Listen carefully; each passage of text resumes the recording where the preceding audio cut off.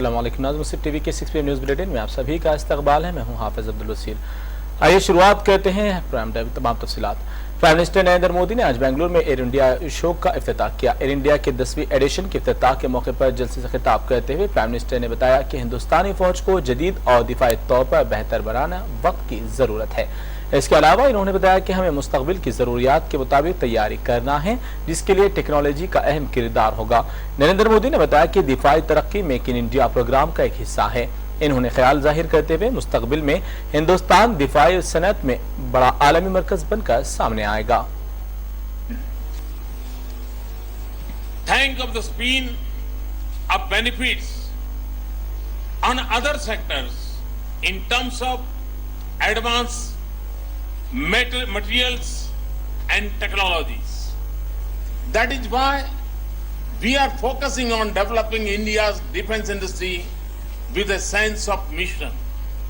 This is why it is at the heart of our Make in India program. We are reforming our defense procurement policies and procedures. There will be a clear preference for equipment manufactured in India. Our procurement procedures will ensure simplicity, accountability, and speedy decision making. We have raised the permitted level of foreign direct investment to 49%. This can go higher in the project brings state-of-the-art technology. We have permitted investments up to 24% by foreign institutional investments. Our goal is to provide a level playing field for all. We speak for too long. Our research and development has been confined to government laboratories. We must involve our scientists, soldiers, academia, industry, and independent experts more closely in research and development. Last month, at the Army Day reception, I had asked to meet our officers and soldiers who had made the best innovations in our defense equipment. I was impressed with what I saw. Finally, we have made our export policy. दूसरी जानिब वजीर आजम नरेंद्र मोदी की जानिब से पहने गए उनके नाम लिखे सूट को अपनी तनकीद का निशाना बनाने के बाद अब कहा है कि अगर तो वजीर आजम को कीमती तोहफा कबूल ही नहीं करना चाहिए था, लेकिन अगर किया भी गया तो इसे फौरी तौर पर सरकारी खजाने में जमा कराना चाहिए, जैसे मनमोहन सिंह करते थे। कांग्रेस लीडर अजय माकन ने मीडिया से बात करते हुए कहा कि पीएम को समझ लेना चाहिए कि वो गुजरात के वजीर आला नहीं बल्कि अब इंडिया के पीएम हैं। पीएम कैसे जाती लोगों से गिफ्ट ले सकते हैं? कोई क्यों इन्हें गिफ्ट देगा? क्या पहले इसे कुछ मिल चुका है या आगे मिलने वाला है? 1000 का हो या लाख का, लेकिन पीएम गिफ्ट नहीं ले सकते।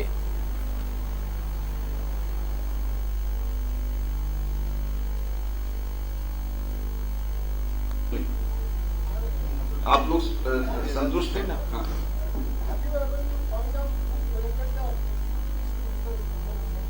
Well, we have just seen it on the television channel. Some person has claimed to have presented this suit to Mr. Narendra Modi.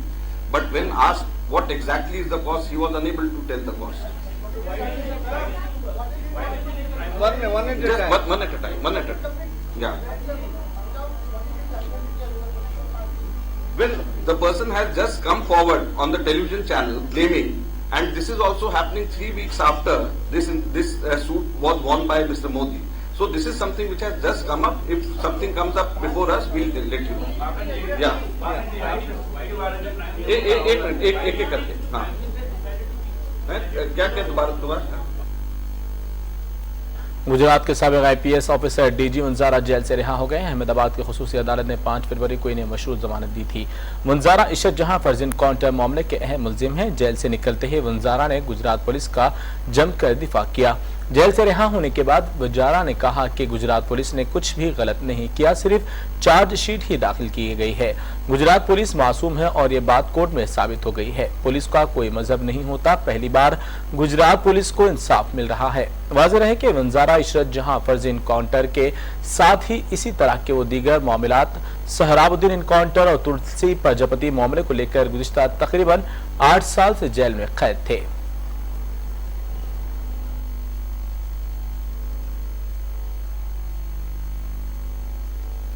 मरकजी हुकूमत ने एक अंग्रेजी अखबार में शायद इस खबर की तरदीद की है जिसमें पाकिस्तानी बोट मामले में डीआईजी को कोस्ट गार्ड का एक बयान शाया हुआ था। डीआईजी के लोशिया के मुताबिक इन्होंने ऐसा कोई बयान नहीं दिया कि कोस्ट गार्ड ने ही पाकिस्तानी फेरी को धमाके में उड़ाया था।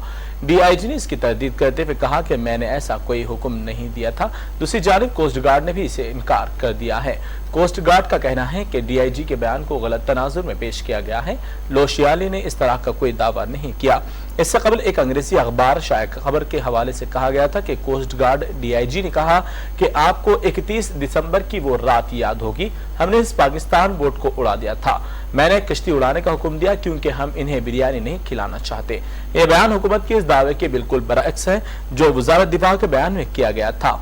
सरकारी बयान में दावा किया गया था कि जब कोस्ट गार्ड इस कश्ती को रोकने की कोशिश की तो कश्ती में सवार दहशतगर्दों ने अपने आप को ही धमाके से उड़ा लिया था।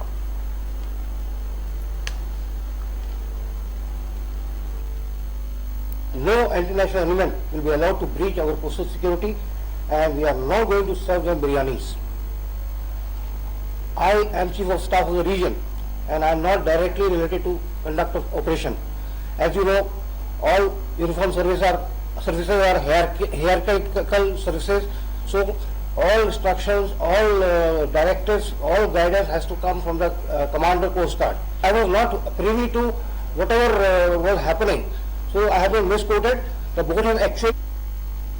और इसी तरह दूसरी जानिब कोस्ट गार्ड के डिप्टी डीआईजी के आरना टोयाल ने भी मीडिया से बात करते हुए इससे इनकार कर दिया है। इन्होंने कहा कि डीआईजी के बयान को गलत तनाजुर में पेश किया गया है। लोशाली ने इस तरह का कोई दावा नहीं किया है। कंसाइज है और ये भी बता दिया है कि इनपुट कहाँ से आए थे, कितने क्रेडिबल इनपुट थे, सब कुछ मीडिया से शेयर नहीं किया जा सकता। बट हम बड़े श्योर थे कि जो भी काम हमने किया है ये क्रेडिबल इंटेलिजेंस इनपुट पे किया है, जहाँ की एक थ्रेट परसीव की जा रही थी और उसको अंजाम देने के लिए हमें बोला गया।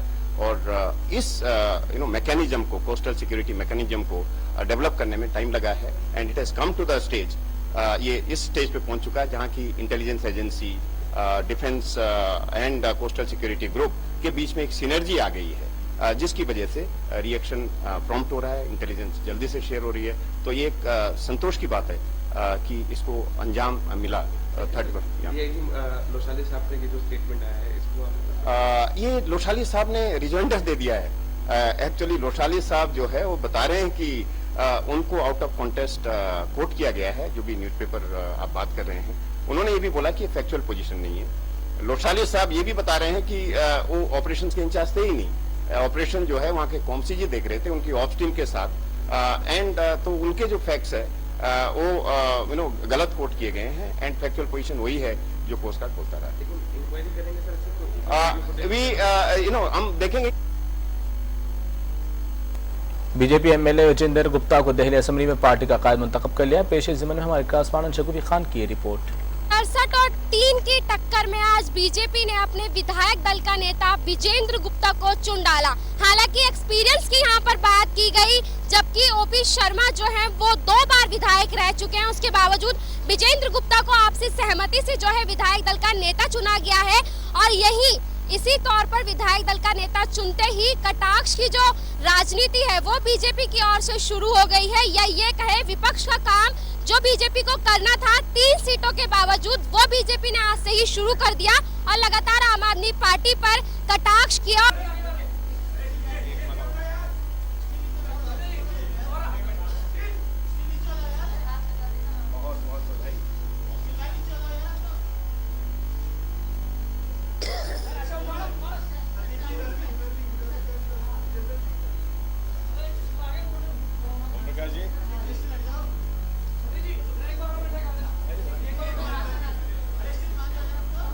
विपक्ष की जिम्मेदारी एक सजग प्रहरी के रूप में बखूबी हम निभाएंगे। जब आप मुफ्त पानी की बात कर रहे हैं तो साथ साथ आपके ही कैंप से एक आवाज आ रही है कि जो 701 लीटर पानी का इस्तेमाल करेगा उनको पानी की कीमत बढ़ाकर देनी पड़ेगी। वो हम बिल्कुल पानी की कीमत बढ़ने नहीं देंगे। हमारे मन में एक प्रश्न है, वो जरूर उनको रियलाइज करना चाहिए। दिल्ली की 50% आबादी महिला है, महिला सुरक्षा की वो बात कर रही है, लेकिन बड़ी निराशा आप लगी कर देखा कि मंत्रिमंडल में एक भी महिला सदस्य मंत्री के रूप में नहीं। ये दिल्ली की जनता विशेष रूप से महिलाओं से निराशा हुई है और वो इसका जरूर जवाब दे। और जिस तरह से पानी पर और वाईफाई पर आम आदमी पार्टी ने यू टर्न लिया है, उसको साफ तौर से आज बीजेपी ने अपनी प्रेस कॉन्फ्रेंस में उठाया है। यही नहीं, जिस तरह से विजेंद्र गुप्ता को विधायक दल का नेता चुना गया है, वाकई चुनौती कड़ी होने वाली है। लेकिन बीजेपी इसमें भी यही अपना बल दिखा रही है कि वो 3 होने के बावजूद भी अपना काम मजबूती से करने वाले हैं। देखना ये होगा कि विपक्ष में बैठने के बाद बीजेपी कौन से नए रंग खिलाने वाली है। कैमरा पर्सन अंकित कौशिक के साथ शगुफी खान, मुंसिफ टीवी, दिल्ली।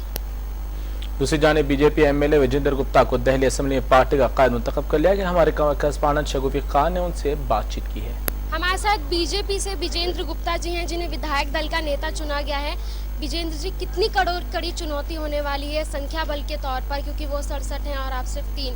क्या लगता है कि काम कर पाएंगे आप विपक्ष में बैठकर? निश्चित रूप से संख्या के आधार पर एक बार तय होता है कि हमें विपक्ष में बैठना, उसके बाद 34 हो या 3 कोई फर्क नहीं पड़ता। चिड़िया की आंख की तरह हमारा एक ही नजरिया है और जनता की भावनाओं के अनुरूप काम करना। जैसा कि आपने बताया कि पानी पर भी कई जो नए यू टर्न बीजेपी आम आदमी पार्टी ले रही है, और अगर वहीं वाईफाई की बात करें तो उस पर भी आम आदमी पार्टी ने यू टर्न ले लिया है, तो क्या करने वाले हैं आप उसके? नहीं, हम उनको समय देंगे कि वो अपनी किए हुए वायदे पूरे करें, और अगर वो नहीं करेंगे तो फिर हम अपना काम शुरू करेंगे। सचिवालय में बैन लगा दिया गया है मीडिया पर जाने के लिए, इसमें आपकी क्या राय है? ये लोकतंत्र की हत्या है। चौथा स्तंभ है मीडिया, पारदर्शिता पर प्रश्न चिन्ह है। आप कोई सवाल उठाएंगे इसको लेकर? निश्चित रूप से। तो बिल्कुल, ये थे हमारे साथ विजेंद्र गुप्ता जी, जिनका साफ तौर से कहना है कि भले ही विपक्ष में 67 हो, लेकिन वो 3 होकर जो विपक्ष में काम करने लायक है, उस विपक्ष के काम को मजबूती से जरूर करेंगे। कैमरा पर्सन अंकित कौशिक के साथ शगुफी खान, मुंसिफ टीवी। बढ़ते मजीद खबरों की जानिब। उत्तर प्रदेश के इंटीग्रल यूनिवर्सिटी के वाइस चांसलर सैयद वसीम अख्तर को उनकी सीनियरिटी की बुनियाद पर नॉर्थ जोन की नुमाइंदगी करते हुए एसोसिएशन ऑफ यूनिवर्सिटीज का मेंबर मुंतखब कर दिया गया, जिसकी मियाद 2 साल की होगी। एसोसिएशन के जनरल सेक्रेटरी प्रोफेसर फुरकान कमर ने 10 फरवरी को जारी करदा अपने मकतूब के जरिए इस बात की इत्तला दी है। एसोसिएशन का मेंबर मुंतखब करने पर प्रोफेसर सैयद वसीम अख्तर ने शुक्रिया अदा करते हुए कहा कि तालीम की तरक्की के लिए उनसे जो भी कुर्बानी होगी वो पेश करते रहेंगे। सैयद वसीम अख्तर को एसोसिएशन ऑफ यूनिवर्सिटीज का मेंबर मुंतखब करने पर रजिस्ट्रार इरफान अली खान के अलावा स्टाफ और सीनियर असातिज़ा ने वाइस चांसलर सैयद वसीम अख्तर को मुबारकबाद दी है।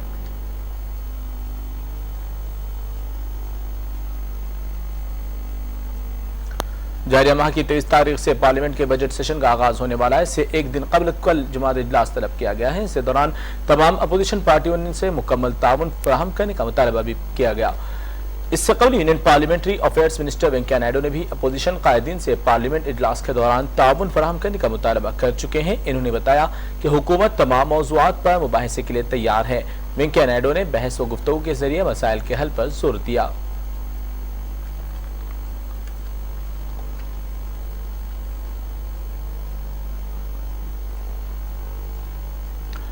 दूसरी जानिब सीबीआई ने झारखंड के साबिक़ वज़ीर आला मधु कोड़ा की जमानत की दरख्वास्त की शदीद मुखालिफत की है। कोर्ट में सीबीआई ने खुदशा जाहिर किया कि मधु कोड़े को अगर जमानत मिलती है तो इस केस से जुड़े गवाहों को मुतासिर किया जा सकता है।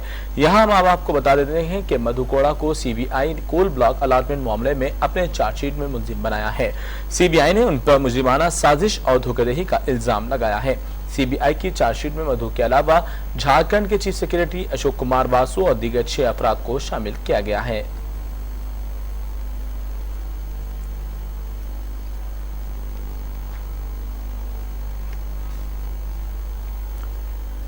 गैर मुल्की सरमायाकारों को राग़िब करने के लिए union external minister Sushma Swaraj तेल की दौलत से मालामाल मुल्क के ओमान के लिए रवाना हो गई हैं। मुल्क में पैदावार और तिजारत को बढ़ाना ही उनके दौरे का अहम मकसद है। ओमान के दारुल-हुकूमत मस्कत में हिंदुस्तानी निसाद लोगों के एक जलसे से खिताब करते हुए इन्होंने बताया कि प्राइम मिनिस्टर नरेंद्र मोदी ने मेक इन इंडिया प्रोग्राम शुरू किया है। इसका अहम मकसद मुल्क में पैदावार बढ़ाना है और मुल्क को तरक्की दिलवाना है। इसके अलावा मुल्क में 100 स्मार्ट सिटीज की तामीर भी अहम किरदार अदा करने का इन्होंने बैरून ममालिक में मुकीम हिंदुस्तान से मुतालबा किया है।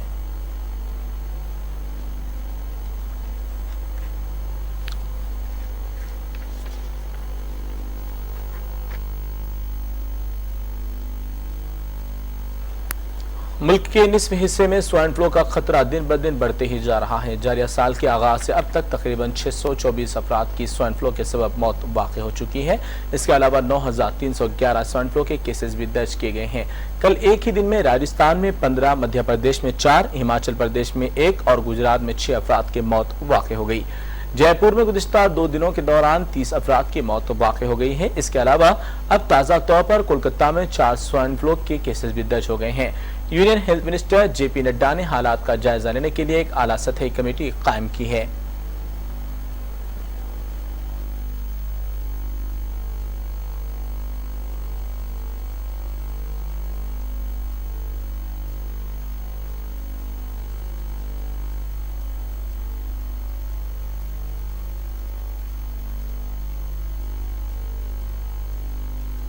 इख्तिताम से कबल डालते हैं हेडलाइंस पर एक नजर।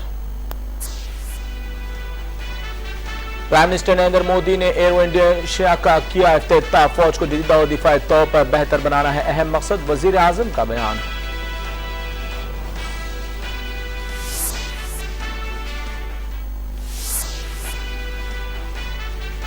गुजरात के साबिक IPS ऑफिसर DG वंजारा हुए जेल से रिहा। इशरत जहां फर्ज एनकाउंटर केस में अहमदाबाद की खुसूसी अदालत ने 5 फरवरी तक दी थी जमानत।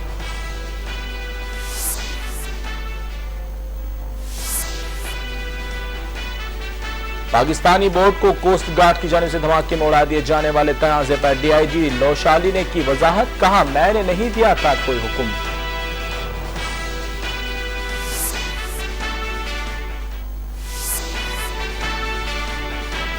और वज़ारत दिफा अपने साबिक़ा बयान पर कायम इल्जामात पर की जाएगी तहकीकात। पाकिस्तानी बोट तनाजे पर मरकजी वज़ीर दिफा मनोहर पारिकर ने किया ऐलान।